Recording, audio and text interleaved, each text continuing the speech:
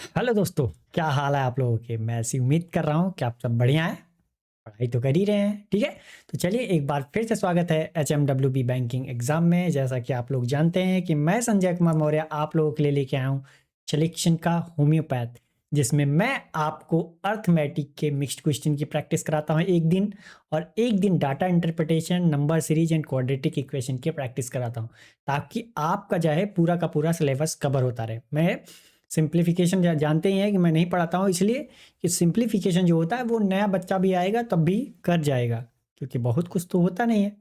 बाकी जो percentage use होते हैं वो तो मैं इसमें कराता ही हूँ भाई। कहीं ना कहीं अर्थमेटिक में तो आता ही है, डाटा इंटरप्रिटेशन में भी आता है, वो चीज़ें आपको याद हो जाती हैं। ठीक है, तो सिंप्लीफिकेशन आप अपने से कीजिएगा। बाकी बचा क्वाड्रेटिक इक्वेशन, नंबर सीरीज में दोनों मिसिंग एंड रॉन्ग दोनों मैं पढ़ाता हूँ। ठीक है, और डाटा इंटरप्रिटेशन, और एक दिन में पढ़ाता हूँ आपको अर्थमेटिक।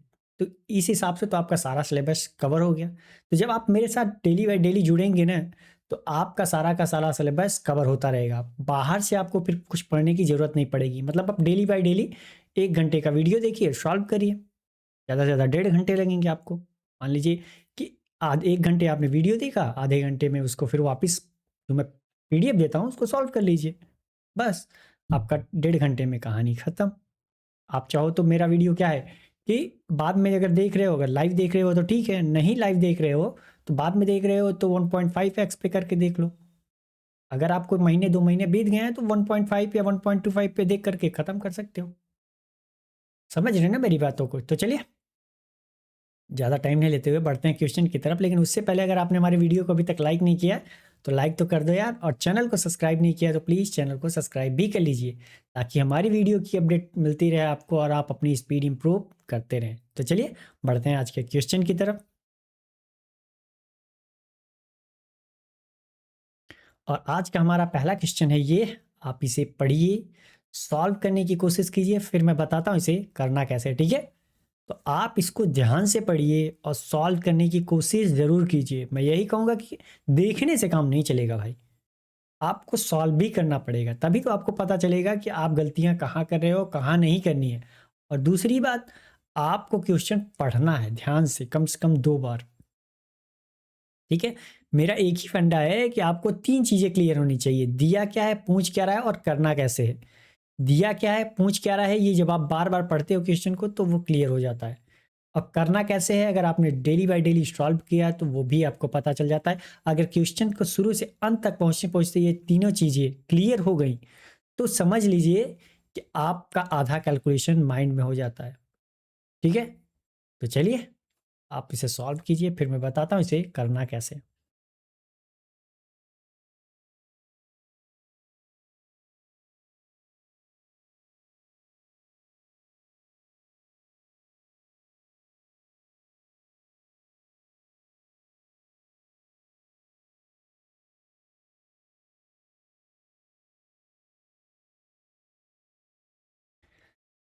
तो चलिए आपका टाइम समाप्त हुआ, मेरी बारी है, मैं बताता हूँ इसे करना कैसे। ठीक है, कह रहा है कि अमिताभ एक कुर्सी को 40% लाभ पर बेचना चाहते हैं।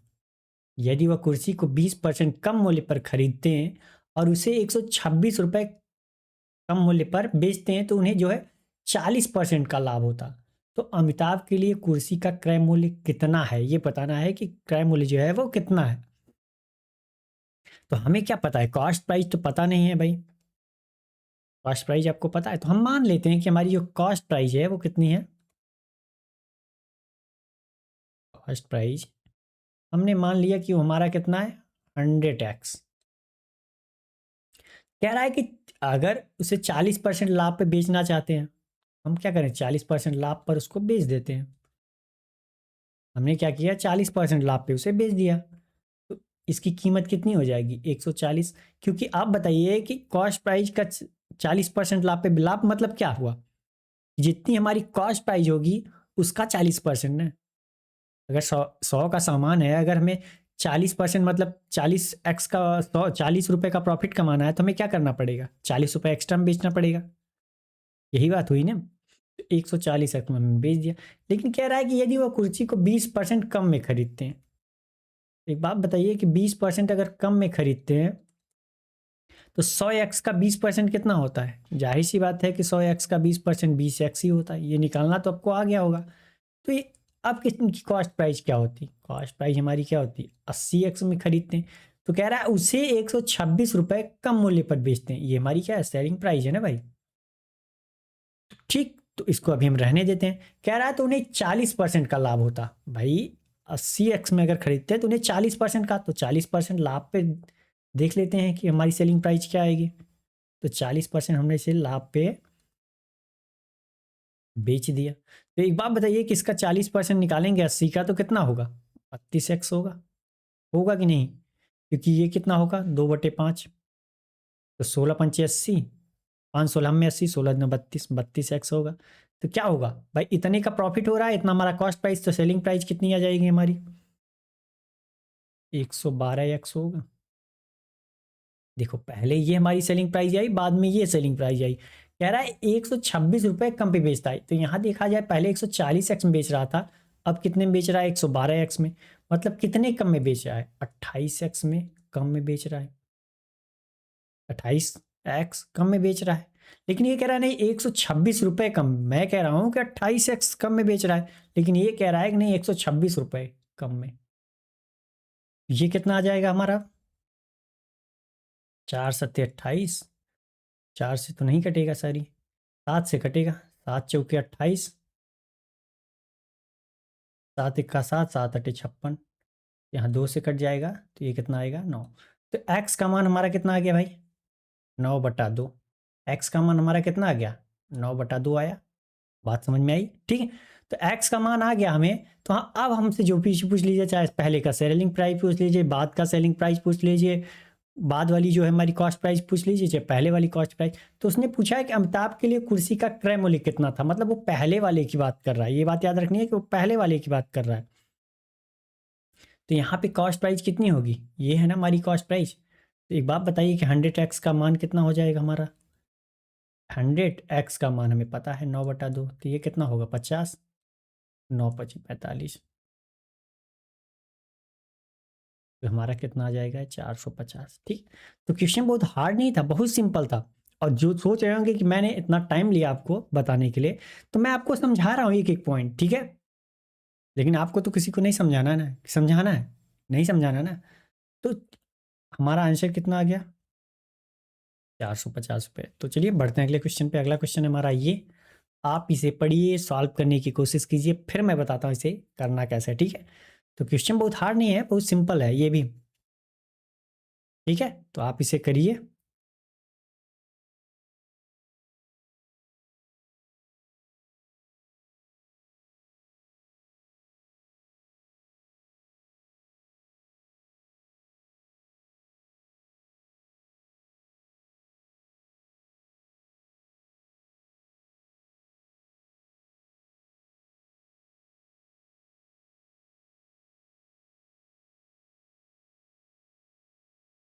देखिए, आप क्वेश्चन को पढ़ेंगे, मैं यही कहूँगा कि क्वेश्चन को आप ध्यान से पढ़िए, क्योंकि जब आप क्वेश्चन को पढ़ते हो ना, तो कुछ चीज़ें आपके माइंड में आती हैं कि हाँ, ये चीज़ें ऐसे हो सकती हैं।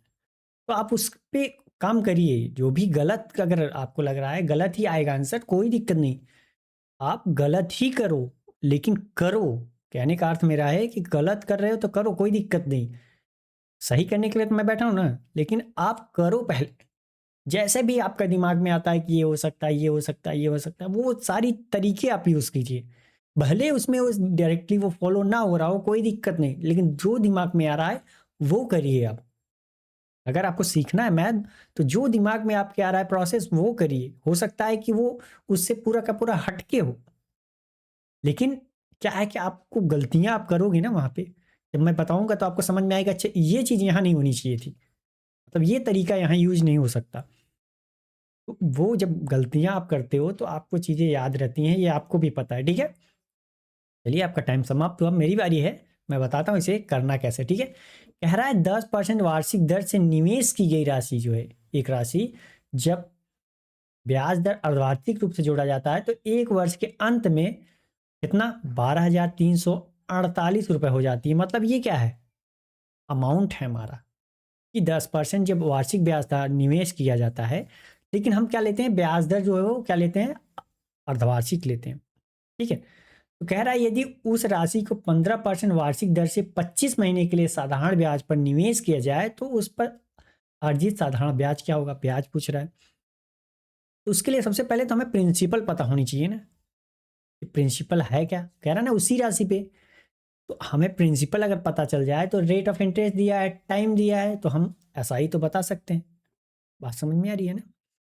तो यहाँ पे आप बताइए कि यहाँ पे क्या बोला है, रेट ऑफ इंटरेस्ट दिया है और टाइम भी बोला है उसने, और यहाँ पे क्या दिया है हमें, अमाउंट भी दिया है ये। तो मैंने क्या बताया आपको कि अगर आप चाहो तो फॉर्मूले से डायरेक्ट निकाल सकते हो, प्रिंसिपल आप डायरेक्ट निकाल सकते हो, ऐसी कोई बड़ी बात नहीं है, ठीक है। तो आप चाहो तो मैंने जो बताया है कि रेशियो मेथड, उसका भी यूज़ कर सकते हो, पी एंड ए का मान निकाल सकते हो कि नहीं, रेशियो से निकाल सकते हो। यहाँ पे 10% जो था ये हमारा क्या था, ईयरली था। 10% जो हमारा रेट ऑफ इंटरेस्ट है वो ईयरली है। तो अगर कह रहा है हाफ ईयरली की बात कर रहा है तो हमारा रेट ऑफ इंटरेस्ट कितना हो जाएगा, आधा हो जाएगा। अगर एक ईयर में 10% दे रहा था तो आधे ईयर में कितना, 5% मिलेगा हमें, ठीक है। तो वो कह रहा है कि हाफ ईयरली जोड़ा जाता है तो 5% का मान कितना हो जाता है हमारा, आपको पता है, 1/20 होता है। कहने का अर्थ है कि अगर हमारा प्रिंसिपल क्या हो कि हम मान लें कि अगर 20 है तो 20 का 5% कितना हुआ, एक। तो अमाउंट कितना हो जाएगा 6 महीने बाद, 21 हो जाएगा। तो एक साल की बात हो रही है ना, तो एक साल में कितने छमाही होते हैं, 2 छमाही, 6 6 महीने अर्धवार्षिक होते हैं। तो आधे महीने में ये क्या हो जाएगा, 20 अगर हमारा प्रिंसिपल होता है तो 21 हो जाता अमाउंट। फिर अगले 6 महीने में भी क्या होगा, 20 से फिर 21 हो जाएगा। इतनी बात समझ में आई। अगर आप फॉर्मूले से भी करोगे तो भी यही आएगा। और हमारा क्या है, एक साल पूरा हो गया तो हमारा सॉल्व कर लेते हैं, तो इसको क्या होगा, BBCM 400, ये कितना हो जाएगा, 441, ठीक। तो एक बात बताइए, ये हमारा प्रिंसिपल है, ये एक साल का, और एक साल बाद हमारा ये अमाउंट इतना मिल गया। लेकिन वो कह रहा है कि नहीं, अमाउंट हमारा एक साल बाद जो है इतना है। तो एक साल बाद ये अमाउंट हमारा कह रहा है ये इतना है, हम कह रहे हैं नहीं इतना है, 12,348। तो आप बताइए कि 441 यूनिट का मान इतना हुआ तो एक यूनिट का मान कितना हो जाएगा, एक यूनिट का मान कितना हो जाएगा, 1 2 3 4 8/441 होगा। तो हमें क्या चाहिए, प्रिंसिपल चाहिए ना, मैंने क्या कहा, प्रिंसिपल निकालना है हमें। तो प्रिंसिपल हमारा कितना है, यही तो है हमारा प्रिंसिपल। प्रिंसिपल अगर हमें निकालना हुआ, हमें क्या चाहिए, 400 यूनिट का मान चाहिए ना भाई। एक यूनिट का मान हमें पता चल गया, 400 यूनिट का मान निकाल लें तो हमें क्या मिल जाएगा, प्रिंसिपल। तो हम रख देते हैं 1 2 3 4 8/441 इंटू 400, ठीक। अब हम सॉल्व कर लेते हैं, तो ये कितना होगा, 21 सही हम कितना होता है, 441। तो हम काट देते हैं, अगर 7 से काटें तो कितना होगा, 7 1 का 7, 5, 7 7 49, 7 6 42, 7 4 28। इसमें देखा जाए इसको हम 21 और 21 के फॉर्म में लिख सकते थे कि नहीं, चाहो तो आप 21 और 21 के फॉर्म में लिख सकते हो कि नहीं से। ये कैंसिल होगा तो कितना आएगा, 3। अब एक 7 और बचा तो 7 दूनी 14, 7 5 35, 7 दूनी 14, तो यहाँ कितना आया, 3। 9 हो गया, 3 3 9, 9 दूनी 18, ठीक। और 9 8 72, 28। अब 28 × 400 यहाँ बच गया, तो ये कितना हो जाएगा, 28 दूना 56 दूना 112। आप चाहो तो गुणा कर लो, चाहो तो ऐसे ही रहने दो। अब आप बात कर रहा है कि SI कितनी होगी, SI के लिए जानते ही हैं कि PRT/100। प्रिंसिपल का मान हमें पता हो गया कितना, 28 × 400 कर दीजिए, सीधा सीधा वो लिख दीजिए, आपकी मर्जी, ठीक। PR का मान कितना है, 15%। T का मान कितना है, 25 महीने बोला है। तो एक बात बताइए कि ये 25 महीने अगर हम साल में चेंज करेंगे तो क्या करेंगे, 12 से भाग देंगे नहीं, क्योंकि ये टाइम क्या ईयरली लेते हैं, अपॉन क्या होगा, 100। बात समझ में आई। तो अब ये 0 से 0 कैंसिल, ठीक, ठीक है। ये कितना होगा, 4 3 12, ये 3 5 15, ठीक। अब यहाँ कितना आ गया हमारा, 28 × 5 × 25। एक बात बताइए कि हम 25 को क्या लिख सकते हैं, आप चाहो तो गुणा करो, 25 पंचे 125, फिर 28 करो, वो आपकी मर्जी है। लेकिन एक चीज़ आपको पता है कि हम 25 को क्या लिख सकते हैं? मैं आपको सॉल्व करने का तरीका भी बता रहा हूँ, इसमें सिंप्लीफिकेशन आपका कवर हो जाएगा। क्या होगा ये? इसको हम 100/4 लिख सकते हैं। 4 से तो यहाँ कैंसिल हो जाएगा ना, 4 सत्ते 28, तो ये कितना होगा? 7×5 = 3500 आंसर आया हमारा। कितना आ गया हमारा? 3500 आंसर। तो क्वेश्चन बहुत हार्ड था। तो मैंने ये इतना लंबा हमारा इसलिए गया क्योंकि मैंने आपको एक एक कैलकुलेशन भी बताया ना, आपको सिंप्लीफिकेशन भी आपका इसमें मैंने बता दिया कि कैसे कर सकते थे। ठीक है, ताकि आपको ज़्यादा से ज़्यादा कैलकुलेशन ना करना पड़े। बात समझ में आई? समझ में आ ही गई होगी भाई। चलिए बढ़ते हैं अगले क्वेश्चन की तरफ। अगला क्वेश्चन हमारा ये, आप इसे पढ़िए, सॉल्व करने की कोशिश कीजिए, फिर मैं बताता हूँ इसे करना कैसे। ठीक है,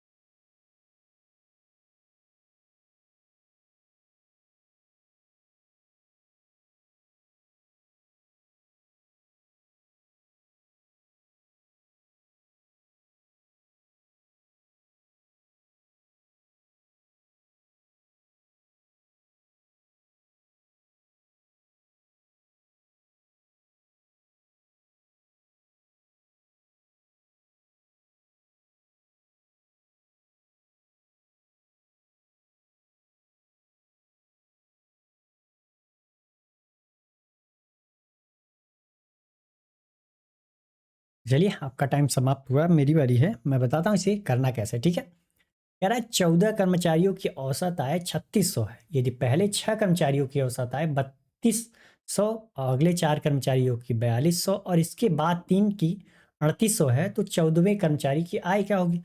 तो ये क्वेश्चन तो बहुत हार्ड नहीं है, बहुत सिंपल है, लेकिन थोड़ा सा कैलकुलेशन आपको करना पड़ेगा।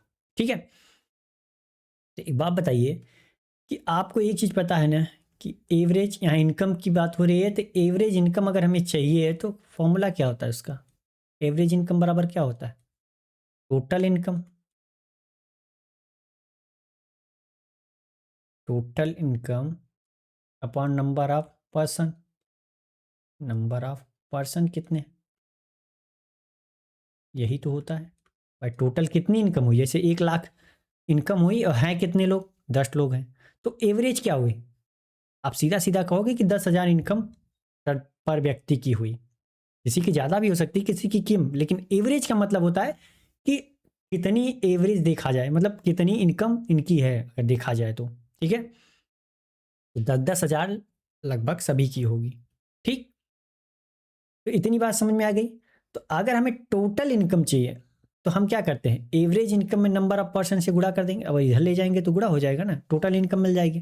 तो अगर हम यहाँ पे बताइए कि 14 लोग हैं, अगर एवरेज भी दे रखी है, नंबर ऑफ पर्सन भी दे रखा है, अगर इनकी टोटल इनकम निकालना चाहें तो हम निकाल सकते हैं।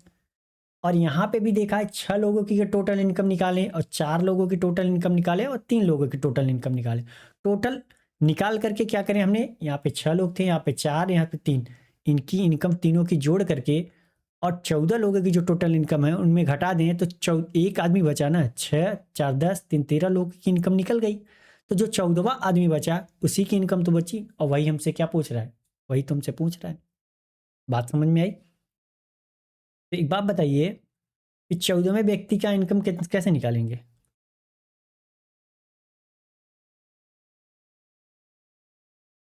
ठीक, तो 14 व्यक्तियों का टोटल इनकम हम निकाल सकते हैं। मैंने बताया ना, यहाँ पे अगर कि 14 लोगों का एवरेज दिया है तो 14 लोगों का टोटल इनकम निकल सकता है ना।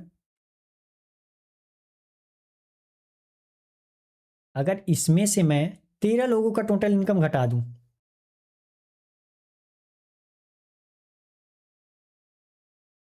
टोटल इनकम घटा दूं मैं, तो हमें क्या मिल जाएगा? 14वें व्यक्ति का टोटल इनकम मिल जाएगा।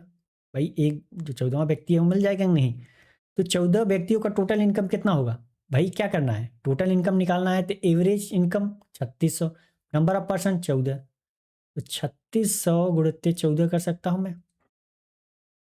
ठीक, अब 13 लोगों को टोटल इनकम निकालना हुआ तो कितना, पहले 6 लोगों की टोटल इनकम कितनी, तो कितना है 3200 गुणित 6, 6 लोग हो गए, फिर आगे 4 लोग हैं तो 4 लोगों का टोटल इनकम कितना है 4200, एवरेज इनकम में कितना, नंबर ऑफ पर्सन से गुणा कर दिया तो टोटल इनकम, प्लस 3 लोगों की तो 3800 गुणित 3, हो गए ना, 6 4 10 3 13 लोग हो गए, तो 13 लोगों की टोटल इनकम यहाँ पे निकल आई। तो अब सॉल्व कर लेते हैं। तो एक बात बताइए कि सब में देखिए 100 डबल जीरो कॉमन है, तो हम डबल जीरो कॉमन ही कर लेते हैं, सॉल्व आसानी से हो जाए। तो यहाँ बचेगा कितना, 36 और 14, 36 14 मतलब 14 14 दूनी 28, त्रिक 42, 420 और 14 छक्का 84, तो यहाँ कितना आ जाएगा 504 आएगा। अंदर कितना हो जाएगा, 6 त्रिक 18, 6 दूनी 12, 100, सॉरी 6 दूनी 12, 6 त्रिक 18, 3200,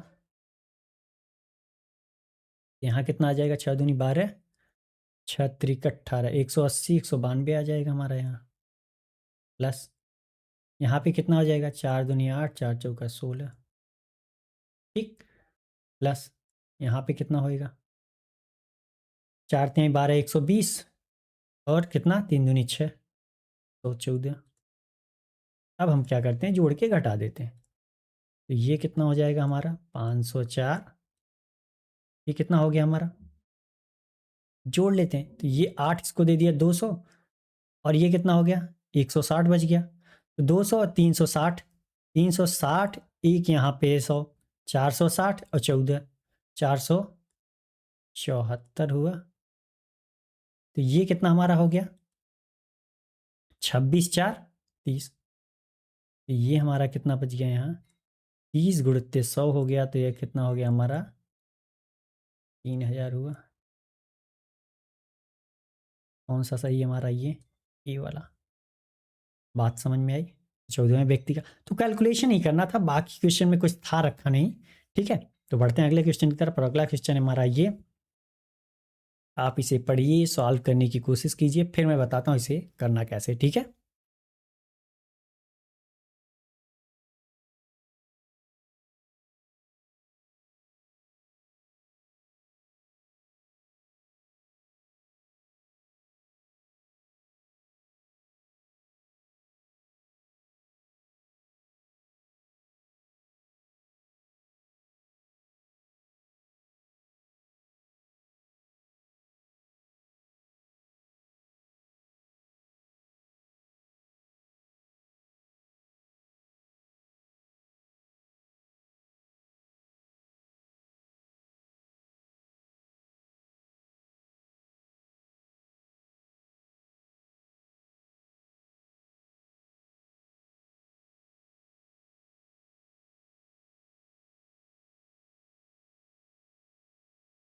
तो चलिए आपका टाइम समाप्त हुआ, मेरी बारी है, मैं बताता हूँ इसे करना कैसे है। आपने पढ़ लिया होगा, मैं ऐसे उम्मीद कर रहा हूँ, मैं बताता हूँ इसे करते कैसे, ठीक है।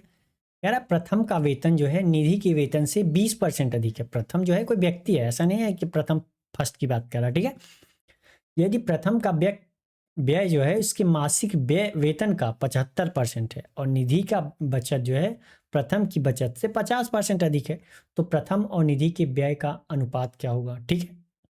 से रेशियो पूछ रहा है, तो रेशियो जब हमसे पूछ रहा है तो हमें एक्चुअल वैल्यू की जरूरत है नहीं, और ना ही इसमें दिया है। अगर इसमें एक्चुअल वैल्यू पूछती तो हम क्या लगा सकते थे, तब हमें तो भाई कैन नॉट बी डिटरमाइंड का आंसर लगाना पड़ता है, ठीक है, या फिर नॉन ऑफ दिस, अगर कैन नॉट बी डिटरमाइंड नहीं है तो नॉन ऑफ दिस होगा, ठीक है। तो अगर यहाँ पे हमें रेशियो पूछ रहा है तो रेशियो में एक्चुअल वैल्यू नहीं होगी तब भी हम बता सकते हैं, ठीक है। चलिए सॉल्व करते हैं। तो यहाँ पे हमें किसी का वेतन पता है, नहीं पता ना, कह रहा है निधि के वेतन से 20% अधिक किसकी है, प्रथम की वेतन। अगर हम मान ले कि निधि की वेतन कितनी है, अगर हम निधि की वेतन ही मान ले कितनी है, हमें नहीं पता भाई, हमने मान लिया कि 100x है, ठीक है। कितना मान लिया 100x है। तो आइए अब सॉल्व करते हैं। हम बना लेते हैं एक चार्ट, क्योंकि यहाँ पे क्या क्या दिया है, इनकम, एक्सपेंडिचर और सेविंग तीन जिया है, इनकम, एक्सपेंडिचर एंड सेविंग की बात हो रही है भाई। ठीक, किसकी बात हो रही है? निधि की और किसकी? प्रथम की। ठीक, तो मैंने निधि की इनकम कितनी मानी है भाई? 100x। अब कह रहा है कि निधि की वेतन से 20% अधिक है किसका? प्रथम का। तो आप बताओ कि 100x का 20% कितना हुआ? 20x ही हुआ। तो 20 अधिक है तो मतलब इसकी वेतन कितनी होगी? 120x। इतना तो समझ में आ गया होगा ना अब तो बढ़ाना, कि 20% अधिक है, 30% अधिक है, 40% अधिक है, तो आप बढ़ा लेते हो भाई 100।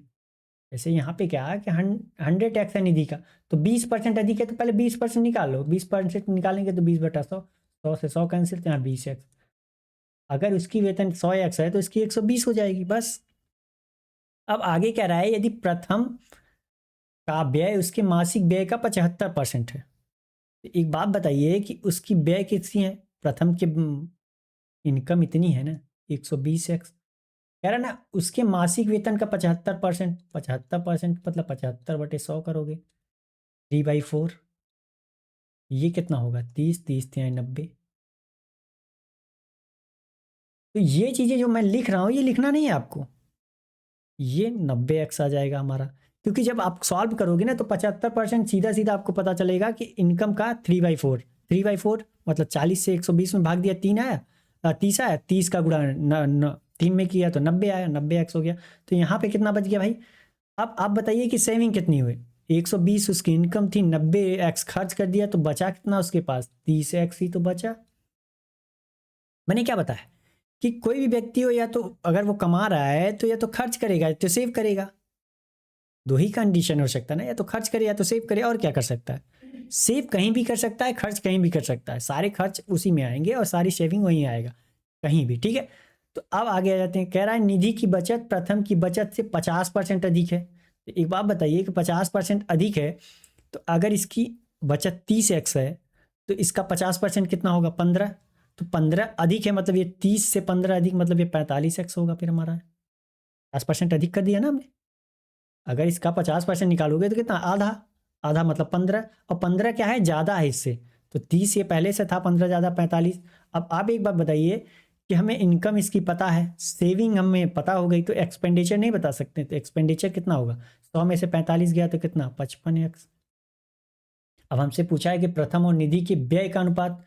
तो प्रथम और निधि के व्यय का अनुपात कितना है? प्रथम और निधि के एक्सपेंडिचर।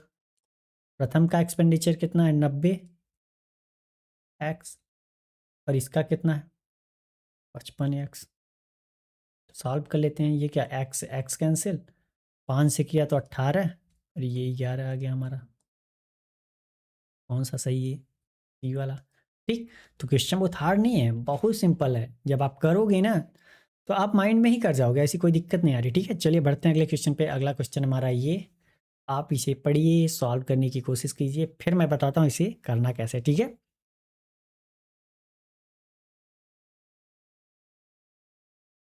मैं यही कहूँगा कि क्वेश्चन को ध्यान से पढ़िए।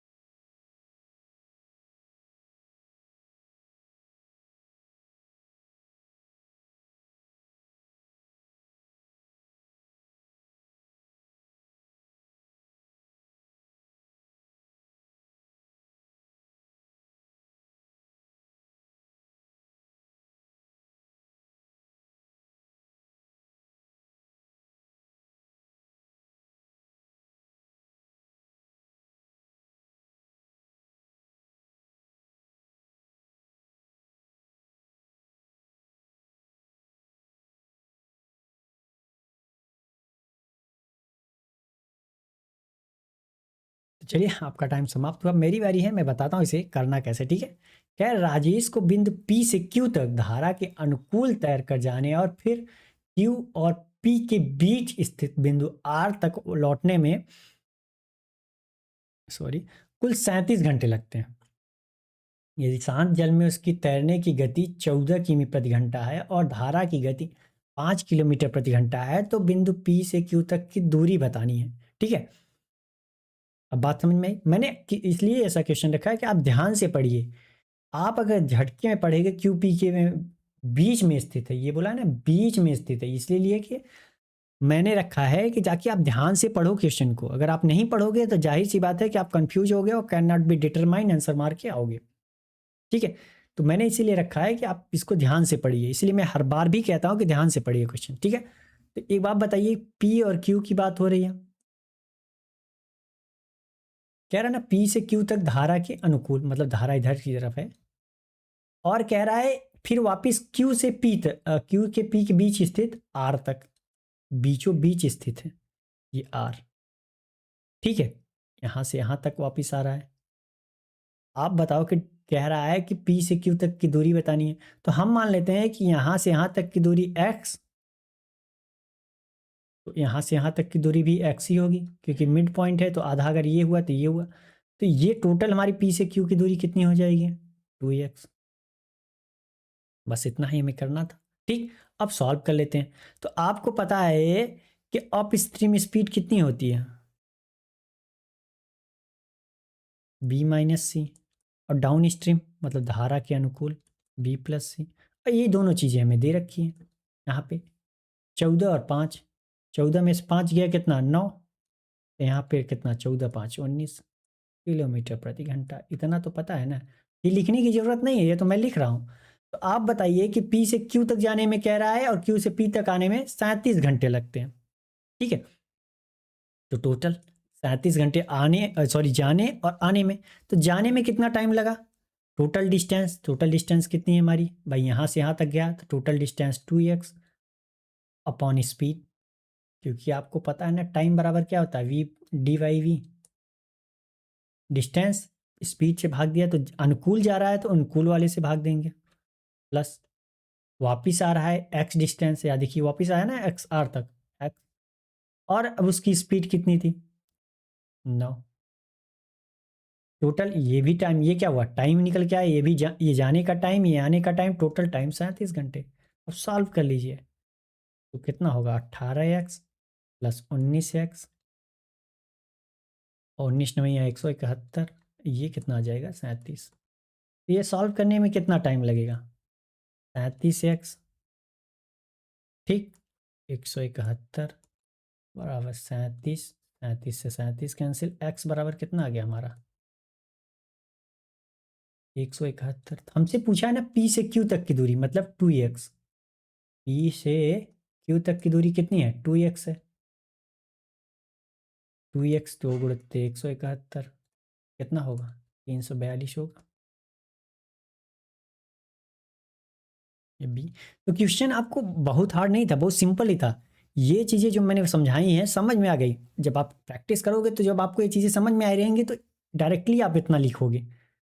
इसको लिखने में और सॉल्व करने में कितना टाइम लगेगा वो आप खुद भी डिसाइड कर सकते हो। ठीक है, तो चलिए बढ़ते हैं अगले क्वेश्चन की तरफ। अगला क्वेश्चन हमारा ये, आप इसे पढ़िए और सॉल्व करने की कोशिश कीजिए। ठीक है, तो यहाँ पे रन रेट की बात हो रही है। रन रेट मतलब क्या होता है, एवरेज ही तो बात हो रही है। रन रेट मतलब क्या होता है, एवरेज की बात हो रही है।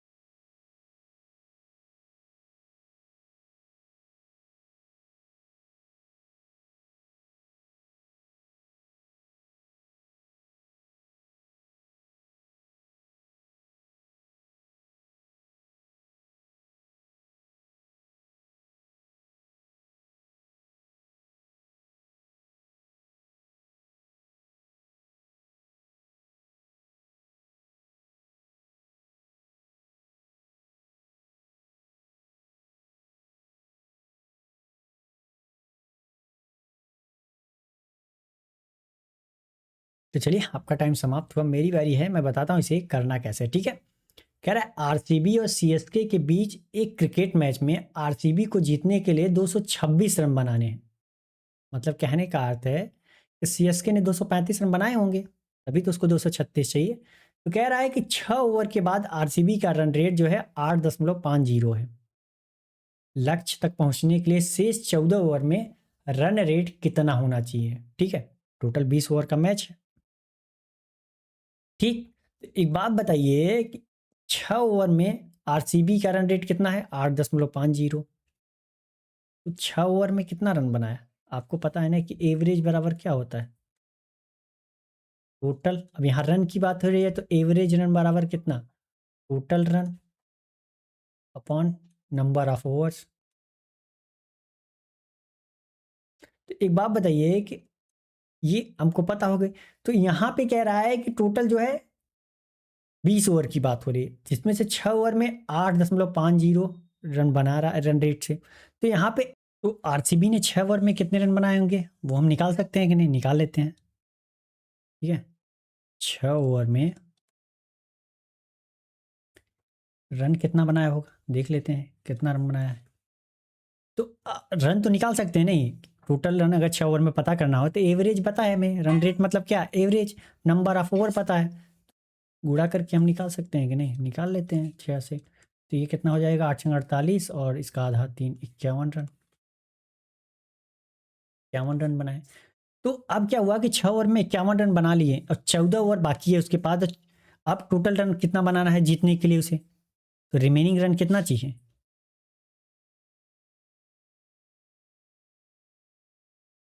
रिमेनिंग रन कितना चाहिए उसको?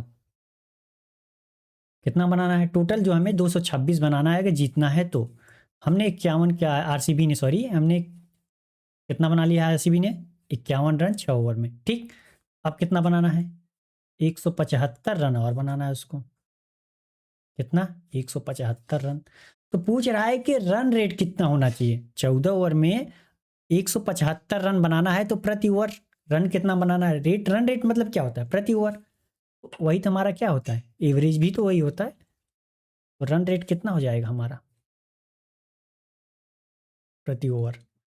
175 रन बनाना है कितने ओवर में? 14 ओवर में। तो 14 से भाग दे देंगे तो कितना आएगा? 14 का 14, 3, 14 दूना 28, 7 बच गया तो 14 पंचे 70। 12.5 का रन रेट लेके चलना होगा अगर हमें जीतना है मैच तो 14 ओवर तक। ठीक है, तो अगर इससे कम हुआ तो हार जाएंगे। तो चलिए, समझ में आ गया होगा। बढ़ते हैं अगले क्वेश्चन की तरफ। अगला क्वेश्चन है हमारा ये, आप इसे पढ़िए, ध्यान से सॉल्व करने की कोशिश कीजिए। ठीक है, तो जितना हो सके ध्यान से पढ़िए और उसके बाद सॉल्व करने की कोशिश कीजिए। गलत सही जो भी तरीका आता है आपको, सॉल्व करिए इसको। क्योंकि जब आप बाद में अगर आपका आंसर आ गया तो ठीक है, नहीं आया तो आप जब हमारा वीडियो देखोगे, लेक्चर देखोगे, तो उसमें आपको समझ में आएगा कि ये गलतियां हम कर रहे थे इसलिए मेरा आंसर नहीं आ रहा था, या फिर जो ये तरीका है ये हमारा गलत था। तो अगली बार वो गलतियां आप नहीं करोगे। आपको पता है ना कि जब गलतियां करते हो तो सीखते हो आप कि ये चीज़ें हमें अगली बार नहीं करनी है। तो चलिए, ट्राई कीजिए आप, फिर मैं बता ही रहा हूँ कि करना कैसे है।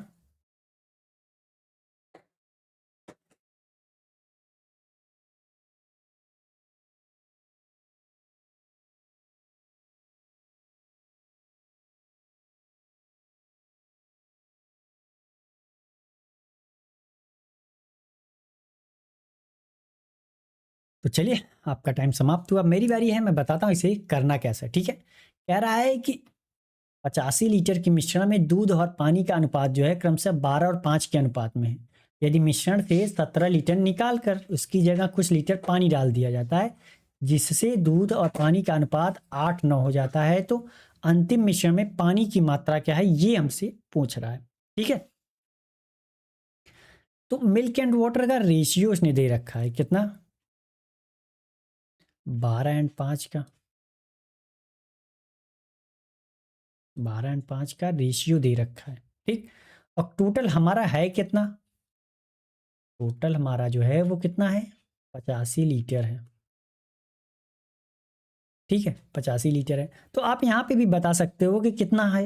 अगर पूछे कि मिल्क कितना है, वाटर कितना है, तो आप बता सकते हो ना 12:5 के रेशियो में। 12×5 = 17, 17×5 = 85। एक यूनिट का मान 5, तो 12 यूनिट का 5, 60 और 25, 60 और 25 लीटर है। ठीक, लेकिन वो कह रहा है कि 17 लीटर निकाल लिया जाता है, तो 17 लीटर हमने क्या किया? निकाल दिया। यहाँ बचा कितना? 68 लीटर। तो एक बात बताइए कि मिल्क एंड वाटर का रेशियो क्या होगा?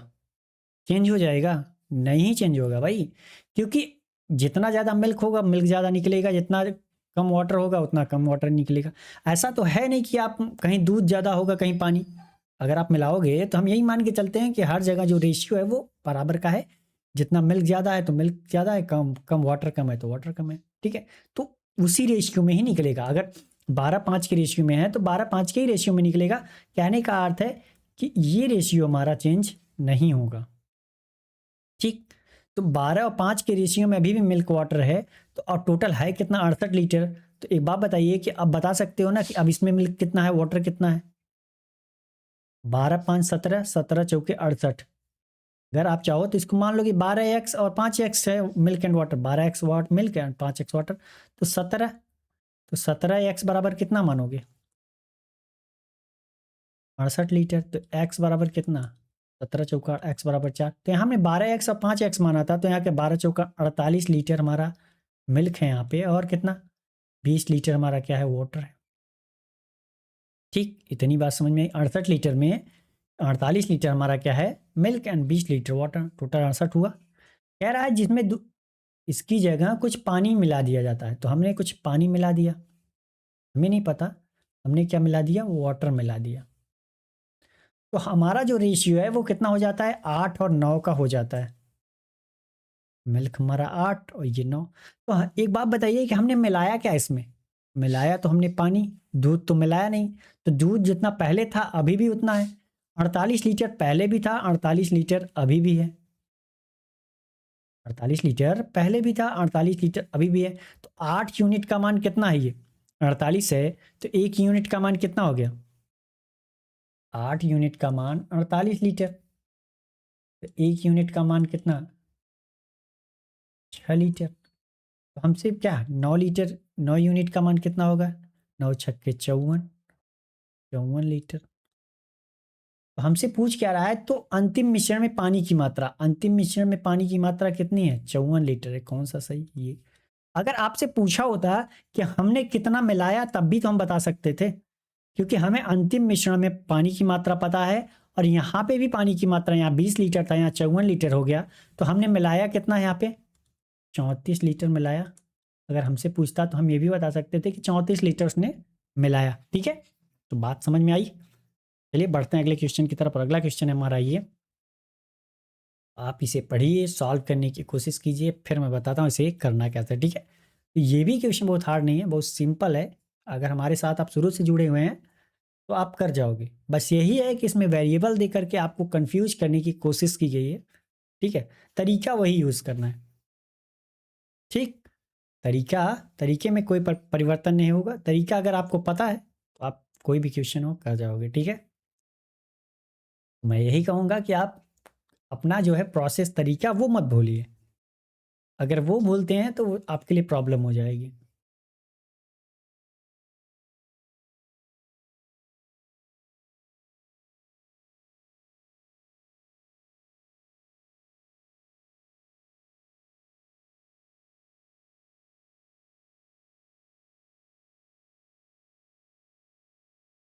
तो चलिए, आपका टाइम समाप्त हुआ, आपने पढ़ लिया, कोशिश भी की है, मैं ऐसी उम्मीद कर रहा हूँ। तो बताता हूँ इसे करना कैसे। ठीक है, कह रहा है धोनी और कोहली ने क्रमशः 28,000 और एक्स रुपए, मतलब कोहली ने एक्स रुपए, धोनी ने 28,000 निवेश करके एक व्यवसाय शुरू किया। ठीक, 6 महीने बाद सचिन ने भी 36,000 निवेश करके इसमें भाग लिया। तो 2 वर्षों के बाद धोनी को कुल लाभ का 35% मिला। कह रहा है टोटल प्रॉफिट का 35% मिला। तो एक्स का मान क्या होगा? ठीक है, तो ये पूछ रहा है। तो एक बात बताइए कि हमने आपको क्या बताया था कि अगर हमें प्रॉफिट को बांटना हुआ तो हम क्या करते हैं, इन्वेस्टमेंट एंड टाइम का मल्टीप्लाई करते हैं। क्या करते हैं, इन्वेस्टमेंट एंड टाइम का मल्टीप्लाई करते हैं। तो इन्वेस्टमेंट एंड टाइम का मल्टीप्लाई करते हैं तो हमें एक्चुअल प्रॉफिट नहीं मिलती, लेकिन हाँ जो भी प्रॉफिट हो, जो भी प्रॉफिट हो रहा होगा, हम क्या करते हैं, इन्वेस्टमेंट एंड टाइम के मल्टीप्लाई का गुणा करके 2 या 3 लोगों के बीच में रेशियो निकालते हैं। जो रेशियो आता है उसी रेशियो में हम क्या करते हैं, प्रॉफिट को बांट देते हैं। जो प्रॉफिट हमें मिला होगा कि इतने का प्रॉफिट हुआ, तो हम उतने को उसी रेशियो में बांट देते हैं। इन्वेस्टमेंट एंड टाइम का सबका मल्टीप्लाई करते हैं, उनका रेशियो निकालते हैं और बांट देते हैं। बात समझ में आई? तो चलिए क्वेश्चन करते हैं। तो यहाँ पे बात हो रही है धोनी की। एक और बात, अगर हम x बराबर 1000 ए मान लेते हैं, माना। अब आप सोच रहे होंगे कि हमने ऐसा क्यों माना, ताकि कैलकुलेशन आसान हो जाए, बाकी और कुछ नहीं है इसमें। आप ये भी रख सकते थे, कोई दिक्कत नहीं, कैलकुलेशन आसान हो जाए इसलिए हमने ऐसा किया है। क्योंकि यहाँ पे 28,000 है, यहाँ पे कितना 36,000 है, तो हमने भी 1000 के रूप में से मान लिया ताकि जो है कैंसिल हो जाए, रेशियो हम निकाले तो कैलकुलेशन आसानी से हो जाए। बस अंतर इतना ही है, बाकी और कुछ नहीं है इसका मतलब। ठीक है, आप चाहो तो इतना भी रख सकते हो। तो चलो रख लेते हैं धोनी, कोहली, और किसकी बात हो रही है, सचिन की। ठीक, तो इन्होंने कितना इन्वेस्टमेंट किया, 28,000। इन्होंने कितना इन्वेस्टमेंट किया, हमने कितना माना है, एक्स बराबर इतना, मतलब 1000 ए माना है हमने, इन्होंने इतना इन्वेस्टमेंट किया। ठीक, और दो, और किसकी बात हो रही है, सचिन की। सचिन ने 36,000 का इन्वेस्टमेंट किया। ये हमारा क्या हो गया, इन्वेस्टमेंट एंड टाइम का गुणा करेंगे तो टाइम क्या है हमारा, कह रहा है ना कि 6 महीने बाद सचिन ने भी 36,000 का इन्वेस्टमेंट किया, और 2 साल बाद, मतलब टोटल टाइम जो है 2 साल। तो ये तो शुरू से अंत तक थे, धोनी भी कितना था, 24 मंथ, मतलब 2 साल मतलब 24 मंथ। ये भी कितना था, 2 साल मतलब 24 मंथ। ये कितने थे भाई, 6 महीने कम 2 साल में, क्योंकि 6 महीने बाद गए थे तो 18 महीने तो इन्होंने इन्वेस्ट किया। अब हम क्या करते हैं, रेशियो निकाल लेते हैं। तो जो रेशियो निकल के आएगा वो किसका निकल के आएगा, प्रॉफिट का निकल के आएगा। मैंने क्या बताया, इन्वेस्टमेंट एंड टाइम का गुणा किया, तो ये क्या आएगा हमारा, प्रॉफिट का रेशियो। सॉल्व कर लेते हैं। तो यहाँ पे अब देखते हैं, जो कट जाए वो काट लेते हैं। यहाँ पे 3 जीरो था, सॉरी। तो ये 3 जीरो से 3 जीरो यहाँ कैंसिल, यहाँ पे भी 3 जीरो। अब समझ में आया कि मैंने यहाँ पे 1000 क्यों माना, क्योंकि हमें कैलकुलेशन करना आसान हो जाएगा। और यहाँ पे कितना, 6 3 18, 6 चौके 24, 6 चौके 24। इतनी बात समझ में आई। और कुछ कटेगा, 4 से यहाँ, 4 से यहाँ, और यहाँ पे 4 9 36। अब और कुछ कटने के लिए बचा नहीं, तो अब सॉल्व कर लेते हैं। तो ये कितना होगा, यहाँ पे हमारा कितना हो गया 28, यहाँ पे कितना बचा, सिर्फ और सिर्फ ए बचा, यहाँ पे कितना बचा 9 3 27। इतनी बात समझ में आ गई। ये हमारा क्या आ गया, प्रॉफिट। तो आगे कह रहा है कि धोनी को जो है कुल लाभ का 35% मिला। इसको, धोनी को कुल लाभ का 35% मिला। तो 35% का मान क्या होता है, 35/100 हो जाएगा।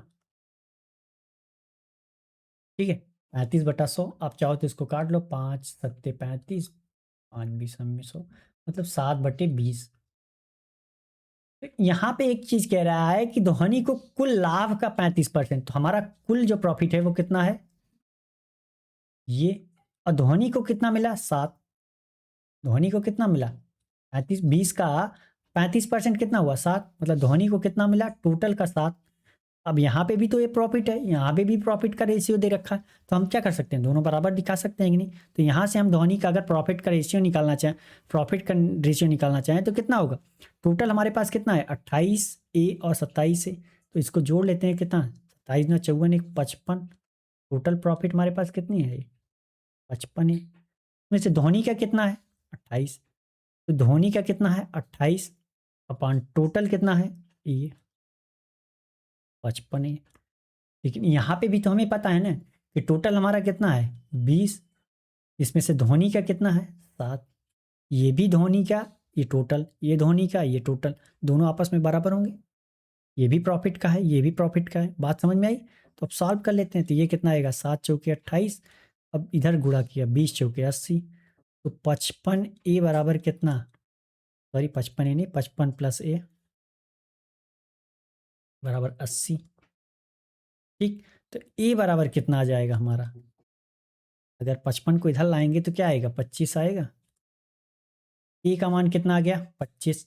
तो आप बताइए कि कह रहा है एक्स का मान, तो एक्स बराबर कितना था, 1000 ए हमने माना था, तो एक्स बराबर कितना आ गया हमारा, 1000 ए।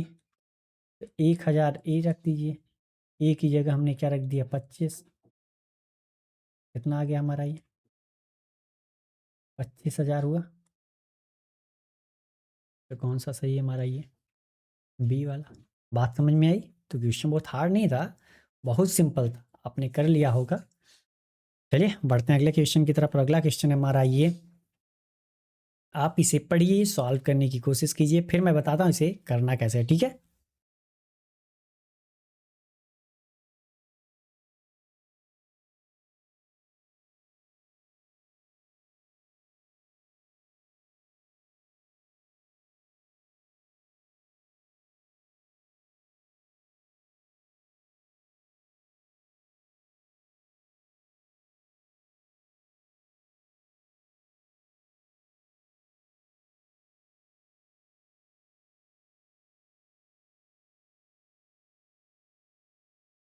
तो चलिए, आपने पढ़ लिया, मैं ऐसी उम्मीद कर रहा हूँ। मैं बताता हूँ करना कैसे, ठीक है। तो ये वेरिएबल देख करके आप कंफ्यूज मत होइए, ठीक है। मैं इसके दोनों तरीके बताता हूँ, एक बेसिक से भी, एक शॉर्ट में भी आप किसको कैसे कर सकते थे। चलिए, जिसने ट्राई किया ठीक है, जिसने नहीं किया कोई बात नहीं, आप देख लीजिए, बाद में अपना ट्राई करते रहिएगा, ठीक है। कह रहा है कि एक कार्यालय में कुल जो है 1400 कर्मचारी हैं। पुरुष और महिला कर्मचारियों का अनुपात जो है क्रमशः 4 और 3 के अनुपात में है। यदि 5x+10% पुरुष और 4x+8% महिलाएं हैं के पास लैपटॉप है, और जिसमें से कुल जो है 576 कर्मचारियों के पास लैपटॉप है, तो लैपटॉप न रखने वाले पुरुष कर्मचारियों और महिला कर्मचारियों के बीच का अंतर। पहले मैं बेसिक मेथड बताता हूँ, ठीक है। कार्यालय में कह रहा है कि टोटल 1400 कर्मचारी हैं। मेल एंड फीमेल का रेशियो दे रखा है उसने, कितना, 400 और 4 और 3 का। टोटल कह रहा है कि 1400 कर्मचारी हैं। आप इसको 4 और 3 की रेशियो में बांट नहीं सकते, तो 4 और 3 मतलब 7। 7 अगर आप चाहो तो मान सकते हैं, मैंने क्या कहा, 4x मान लीजिए मेल है, 3x फीमेल है, तो 4 3 7x बराबर कितना, 1400। 1x बराबर कितना, 200। तो यहाँ पे 4x कितना, 800 हो जाएगा। तो आप ऐसे भी कर सकते हो, 4 3 7 यूनिट बराबर 1400, 1 यूनिट का मान 200, तो 4 यूनिट का मान 800, इसका 600। ये माइंड में ही कर सकते हो। कह रहा है कि जो है कि 5x+10% पुरुष हैं जिनके पास लैपटॉप है, और 4x+8 जिसमें महिलाएं हैं जिनके पास लैपटॉप है। तो एक बात बताइए, 800 का हम निकालने चाहें तो कितना, 5x+100%, अगर 10% अगर निकालना चाहें तो हम क्या करेंगे, परसेंट है, परसेंट को हमने क्या किया, ये कर दिया। और महिलाओं में कितना है, 600 महिलाएं हैं, जिनमें से कितने के पास, 4x+8/100 के पास लैपटॉप है, इनके पास लैपटॉप है, ठीक है, इनके पास लैपटॉप है। लेकिन कह रहा है कि जो टोटल कर्मचारी हैं वो 576 हैं जिनके पास लैपटॉप है। तो मेरे भी तो टोटल आ गए, महिलाओं और पुरुष के पास इतने हैं गए, महिला के पास इतने हो गए, तो टोटल लोगों के पास हमारा ये भी तो टोटल आया, महिला और पुरुष। यहाँ भी टोटल दे रखा है, तो दोनों टोटल हुए ना। सॉल्व कर लेते हैं। इतना इतना इतना। अब आप सोच रहे होंगे कि 800 का इतना हमने क्यों निकाला। जैसे आपसे कहता कि आप बताइए कि 800 टोटल हमारे पास मेल हैं, अगर कहता कि 40% के पास हमारे क्या है, एग्जाम्पल ले लीजिए कि 40% हमारे क्या है कि लोग, पुरुषों के पास लैपटॉप है, तो आप क्या करते, 800 का 40% निकालते, निकालते कि नहीं निकालते। लेकिन यही चीज़ वो बोल दिया कि 5x+10% है, तो 5x+10% हमने निकाल लिया। बात समझ में आई। तो अब सॉल्व कर लेते हैं। तो सॉल्व करेंगे तो कितना आएगा, 8×5 = 40x, प्लस ये कितना हो जाएगा, 80, प्लस ये कितना हो जाएगा, 6 का 24x, प्लस 8×48, यहाँ कितना हो जाएगा, ये 576 है ये कितना होगा, 64x हो जाएगा। और ये कितना हो जाएगा, 128 होगा। 40, 128, 128 को इस तरफ लाएंगे तो कितना होगा, 576 माइनस 128 करोगे तो कितना आएगा, 100 घट गया तो 400 हो गया, 76 में 28 घटाया तो 48 हो गया। काट लेते हैं इसको, 8×8 = 64, 8×5 = 40, 8×6 = 48 और 8×7 = 56। एक्स का मान हमारा कितना आ गया, एक्स का मान 7 आ गया, ठीक। तो अब कह रहा है कि तो लैपटॉप न रखने वाले पुरुष कर्मचारियों महिला कर्मचारियों के बीच का अंतर बताना है। तो मेल एंड फीमेल जिनके पास है लैपटॉप, लैपटॉप है, वो कितने हैं भाई, इतने परसेंटेज में थे ना, तो ये कितना है। अब हम इसमें मान रख दें 7 का, 5x+10, 5×7 = 35, 10 45% लोगों के पास मेल में है, और फीमेल में कितना है, 7 का मान रखा तो कितना, 7 चौक 28 और 8 36% फीमेल में इनके पास क्या है, लैपटॉप। लैपटॉप है, इनके पास क्या है, लैपटॉप है। अब नहीं है किसके पास, वो भी तो हम निकाल सकते हैं। इसके पास है, अगर मेल टोटल क्या होंगे 100%, जिनमें से 45% लोगों के पास है, तो जाहिर सी बात है कि 55% पर लोगों के पास नहीं होगा, जो टोटल मेल होंगे। जो टोटल मेल हैं, आदमी हैं, उनके अगर 45% लोगों के पास है तो 55% लोगों के पास नहीं होगा। और यहाँ पे कितना, 64% लोगों के पास नहीं है। इतनी बात समझ आई। तो हमें पता है ना, हमें पता है कि नहीं, ये 800 और ये 600, मेल और फीमेल का पता है ना हमें कितने हैं, ये 800 हैं, ये 600 हैं। तो अब हमें क्या कर रहा है, अंतर बता रहा है कि जिनके पास नहीं है, तो हम क्या करते हैं, अंतर निकाल लेते हैं। तो 800 का 55% निकाल लिया हमने, और 600 का 64% हमने निकाल लिया। 600 का 64% निकाल लिया, तो 2 जीरो से 2 जीरो, 2 जीरो से 2 जीरो कैंसिल। सॉल्व कर लीजिए, 8 पंचे 40, 8 पंचे 4 40, 440 हुआ, माइनस 6 का 36, 360, 6 चौका 24, 384। यहाँ कितना 16 बच गया, यहाँ कितना 40, ये कितना आ गया हमारा 56। अंतर कितना आया हमारा 56। कौन सा सही है हमारा, ये डी वाला। तो ये प्रॉपर बेसिक मेथड था। ठीक है, बात समझ में आ रही है हमारी। ये क्या है, हमारा प्रॉपर बेसिक मेथड था। तो चलिए अब आ जाते हैं शॉर्ट मेथड पे। तो शॉर्ट मेथड में आप क्या कर सकते हो, ये सीधा सीधा पता चल रहा है कि मेल के पास इतना, फीमेल के पास इतना। ठीक है, और टोटल 14 से है, जिसमें टोटल के पास 576। तो यहां से हम मिक्सचर एलिगेशन लगा सकते हैं, मेल एंड फीमेल की बात हो रही है। ठीक है, मेल एंड फीमेल की बात हो रही है। तो मेल के पास कितने लैपटॉप हैं, परसेंटेज में दिया है 5x इतने परसेंट। और फीमेल के पास कितना, 4x प्लस इतने परसेंट। एक बात बताइए कि अगर हमें यहाँ क्या चाहिए, ऑल ओवर चाहिए। क्या चाहिए, ऑल ओवर चाहिए। तो ऑल ओवर क्या है, ऑल ओवर हम नहीं निकाल सकते हैं, 576 लोगों के पास है 14 में से। ये भी है वाला कहानी है ना, ये है वाला उनके पास है। ठीक है, तो अगर हम निकालना चाहें तो क्या करें, निकाल नहीं सकते परसेंटेज में। ये भी परसेंटेज है, ये भी परसेंटेज है, तो ये भी परसेंटेज में हम निकाल सकते हैं। 1 0 0 2 0, 2 से कैंसिल किया तो यहाँ कितना आएगा, 288/7। यहाँ कितना आ गया हमारा, 288/7 परसेंटेज। तो यहाँ पे अब क्या आएगा हमारा, इतने इतने लोगों के पास है, और यहाँ पे रेशियो दे रखा है कि टोटल महिलाएं और हैं कितना। यहाँ पे हमारा आता क्या है, यही तो आता है। बात समझ में आ रही है ना, तो हमारा कितना आता है, यही तो आता है। तो हमने रख दिया। अब इसको सॉल्व करने का तरीका भी मैंने बताया, क्या, इसका गुणा इधर कर दो, इसका इधर कर दो, दोनों को जोड़ लो, और ये जो रेशियो वाला जोड़ करके भाग दे दो, तो किसके बराबर आएगा, ये 288 बीच वाले के बराबर आएगा। तो कर लेते हैं, 4 का गुणा इसमें किया तो कितना आएगा, 4 पंचे 20x प्लस 40, और इसका गुणा इधर किया तो कितना आएगा, 4 × 3 = 12, 8 × 3 = 24, जोड़ लिया। अब भाग किससे देना है, 4 और 3 को जोड़ लेते हैं 7 से, बराबर किसके होगा 288 से। सॉल्व करने का बहुत सिंपल तरीका है, तो 7 से 7 कैंसिल। ठीक है, तो अब क्या करना है, अब जोड़ लेते हैं। हमने क्या किया, जोड़ लिया। ये कितना होगा, 32 x हो जाएगा, ये 24 40 64, 64 को इस तरफ लेके आएंगे तो कितना बचेगा, 64 को इस तरफ लेके आएंगे तो कितना होगा, 24 बच जाएगा, यही तो बचेगा। तो सॉल्व कर लेते हैं। तो 4 × 8 = 32, 4 × 5 = 20, 4 × 6 = 24, 8 × 7 = 56। यहाँ भी देखिए x बराबर 7 आया कि नहीं आया, यहाँ भी x बराबर 7 आया कि नहीं। तो यहाँ पे भी, यहाँ तक तो आपका सेम आ गया ना।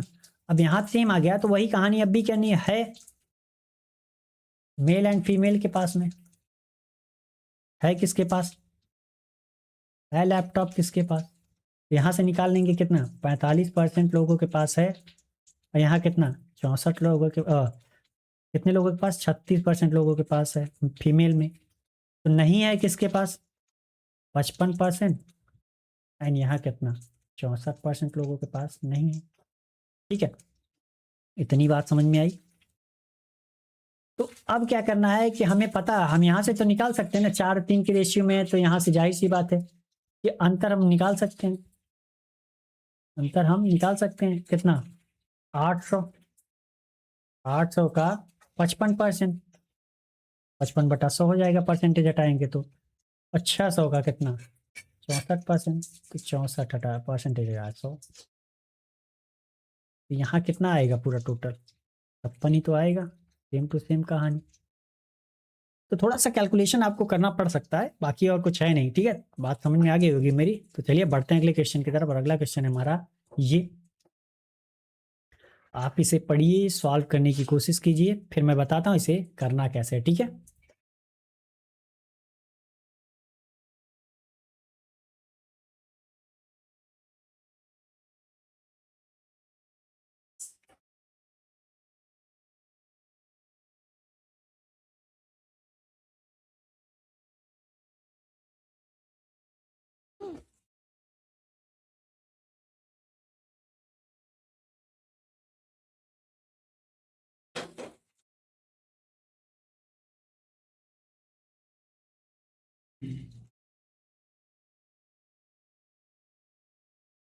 तो आप इसे पढ़िए ध्यान से, फिर मैं बताता हूँ इसे करना कैसे है। ठीक है,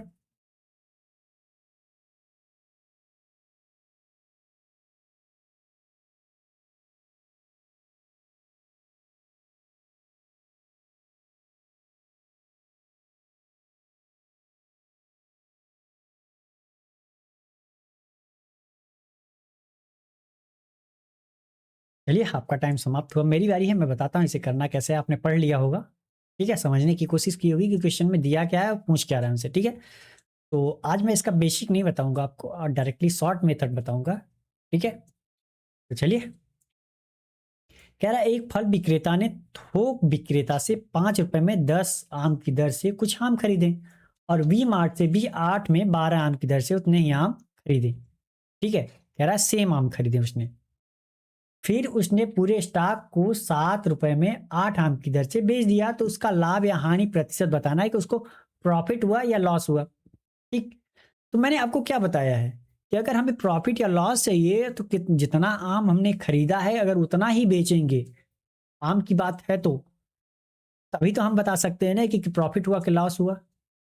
ये बात समझ में आई कि जितना हमने खरीदा अगर उतना बेचा, तब हम बता सकते हैं कि कितने में खरीदा था, कितने में बेचा था। ठीक है, तो प्रॉफिट तभी तो हमें पता चलेगा कि प्रॉफिट हुआ या लॉस हुआ। बात समझ रहे हैं ना मेरी? तो हमें यहाँ पे तो बोला है कि 5 रुपए में 10 आम, यहाँ अब 8 रुपए में 12 आम, और यहाँ पे 7 रुपए में 8 आम। यहाँ तो सारी कहानियां अलग हैं। तो हम क्या करते हैं, बराबर करते हैं पहले। तो यहाँ बात हो रही है किसकी? आम की। और यहाँ बात हो रही है किसकी? प्राइस की। तो हम पहले निकाल लेते हैं इनकी कॉस्ट प्राइस। ठीक है, क्या है? Cost price. तो यहाँ पे कह रहा है कि 5 रुपए में 10 आम, 10 आम खरीदा किसने में? पहली बार 5 रुपए में। और आगे कह रहा है कि 8 रुपए में 12 आम खरीदे उसने, कॉस्ट प्राइस। ठीक, तो यहाँ बात बताइए कि यहाँ पे तो 10 आम खरीदा, यहाँ तो 12 आम खरीदा, तो आम तो अलग अलग हो गया, रेट भी अलग अलग है।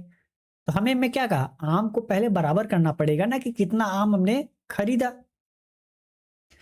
तो एक बात बताइए कि उसने बोला भी है कि सेम आम खरीदा है, उतने ही दर में आम खरीदा। ठीक है, तो एक बात बताइए कि अगर मैं 10 और 12 का एलसीएम ले लूं तो कितना आएगा? कितना आएगा? 60 आएगा। बराबर करना है ना आम में, तो 10 और 12 का हम क्या ले लेते हैं एलसीएम, कितना आएगा? 60 आएगा। तो 60, अगर मुझे यहाँ 60 बनाना हुआ तो हम क्या करेंगे?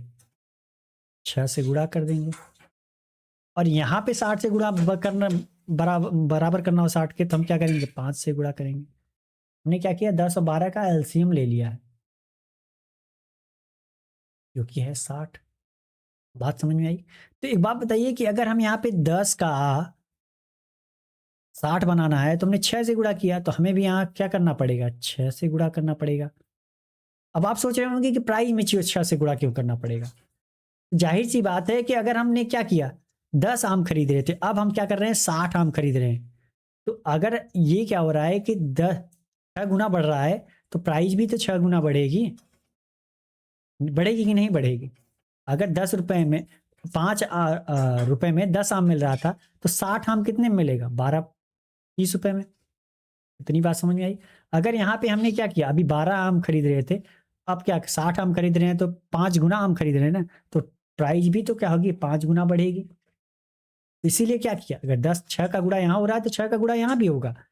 अब 5 का गुणा यहाँ हो रहा है तो 5 का गुणा यहाँ भी होगा। बात समझ में आई अब क्यों हो रहा था? मैंने तरीका भी बता दिया, सब कुछ बता दिया। ठीक, अब हम देख लेते हैं टोटल हमने कितना आम खरीद लिया। भाई यहाँ पे हमारा कितना, 60, ये भी 60, यहाँ पे कितना, यहाँ पे हमारी प्राइस कितनी, 30, यहाँ पे कितना, 40, यहाँ पे हम 60 और 60 120 आम हमने खरीदा कितने में, 70 रुपए में। ये हमारी क्या आ गई, ऑल ओवर कॉस्ट प्राइस आ गई कि हमने 120 आम खरीदा 70 रुपए में। अब सेलिंग प्राइस पे आ जाते हैं। सेलिंग प्राइस पे आ जाते हैं तो क्या कह रहा है कि 7 रुपए में 8 आम की दर से बेचा, 7 रुपए में 8 आम की दर से बेचा। ठीक है, तो 7 रुपए में 8 आम की दर से बेचा। तो मैंने क्या कहा भाई, कि जितना खरीदा है उतना बेचना पड़ेगा हमें, जितना खरीदा है उतना बेचना पड़ेगा, तभी तो हम बता पाएंगे कि प्रॉफिट हुआ कि लॉस हुआ। तो एक बात बताइए कि यहाँ पे अगर हम 12 का गुणा कर दें,